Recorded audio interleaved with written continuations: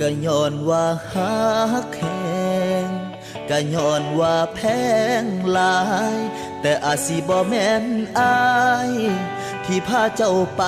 ฮอดฟังอาจสิเป็นเขาผู้พ่ออาจสิยอมเป็นผู้พ่ายถึงต้องเสียใจยอมได้เพื่อคนที่อายหักเคยหักน้องสำได้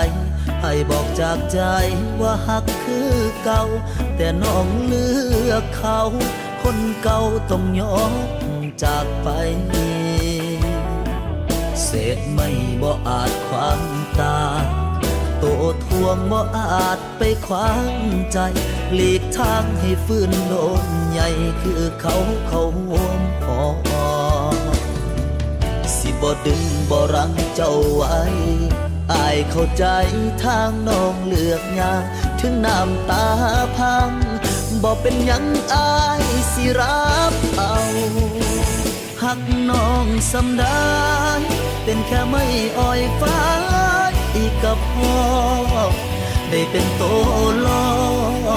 ให้หักของเจ้าสมหวังยอมเป็นผู้แพ้ถึงสิถือไปสูงกะสร้างเจ็บเพื่อน้องนางเป็นหยังอายสิเฮ็ดบ่ได้ให้น้องไปดีให้น้องไปมีความสุขถึงอายเป็นทุกข์สำใด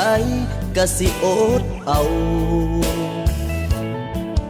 อวยพรส่งถ่ายคนที่อายหักให้น้องโชคดีกับเขาจากใจเปื้อนขี้เถ้าของไม้อ้อยไฟ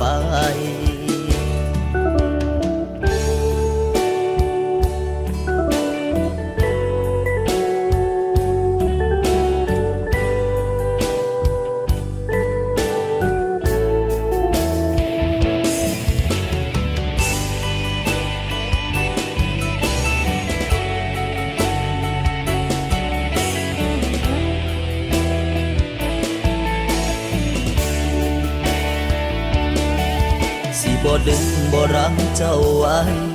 อายเข้าใจทางน้องเลือกอย่างถึงน้ำตา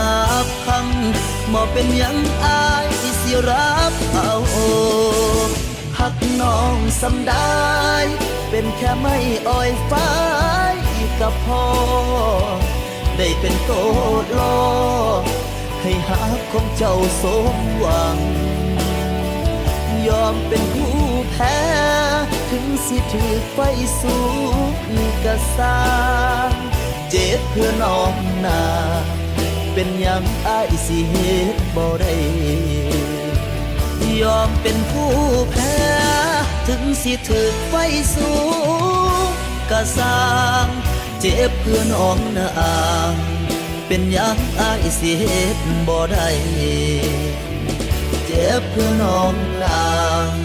สุดท้ายอ้ายต้องเฮ็ดให้ได้